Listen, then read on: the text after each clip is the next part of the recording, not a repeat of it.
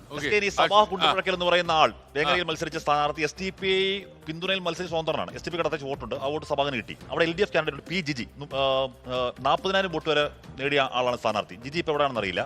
അവിടെ CPM അല്ല, എവിടെയാ എവിടെ സ്ഥാനാർത്ഥി?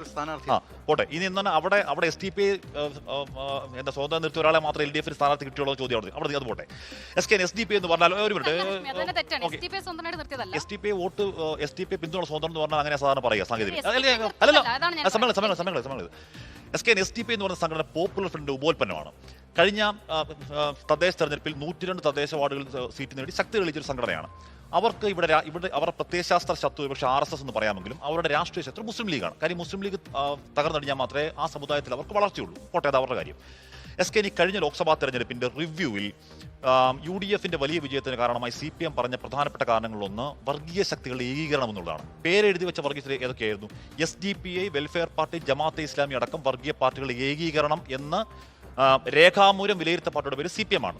അപ്പോൾ അങ്ങനെ രേഖാമൂലം വിലയിരുത്തി എന്ന് പറയുന്ന പാർട്ടിയുടെ എന്താണ് നേതാവിനോട് മുഖ്യമന്ത്രി പിണറായി വിജയനോട് ഇന്ന് ചോദിക്കുന്നു, SDPIയുടെ വോട്ട് വേണ്ടെന്ന് പറയുമോ? ചോദ്യം ചെയ്ത് നമ്മുടെ ഷാരിഖിനോട് ദേഷ്യപ്പെടാണ് മുഖ്യമന്ത്രി പിണറായി വിജയൻ. EP ജയരാജൻ പറഞ്ഞു SDPIയുടെ വോട്ട് വേണ്ടെന്ന് പറയില്ല. ആരാണ് LDF കൺവീനർ പറയുന്നു SDPIയുടെ വോട്ട് വേണ്ടെന്ന് പറയില്ല. വേങ്ങരയിലെയും മഞ്ചേശ്വരത്തെയും സ്ഥാനാർത്ഥികൾ പറഞ്ഞു SDPI വോട്ട് വേണ്ടെന്ന് പറയില്ല. SK ഞാൻ നിർത്തുകയാണ്, ഒറ്റ കാര്യം.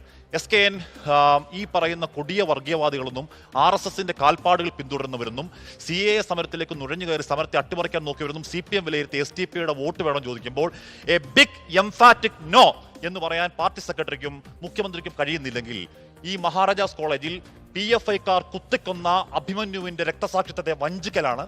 നാൻപറ്റ മകനെ എന്ന് കരഞ്ഞ ഒരു അമ്മയുടെ വേദനയെ കളിയാക്കലാണ്. ഈ തെരുവുകളൊക്കെ എഴുതിയ വർഗീയത തുരയട്ടെ എന്ന മുദ്രാവാക്യത്തെ വഞ്ചിച്ച് കഴുത്തറക്കലാണ്.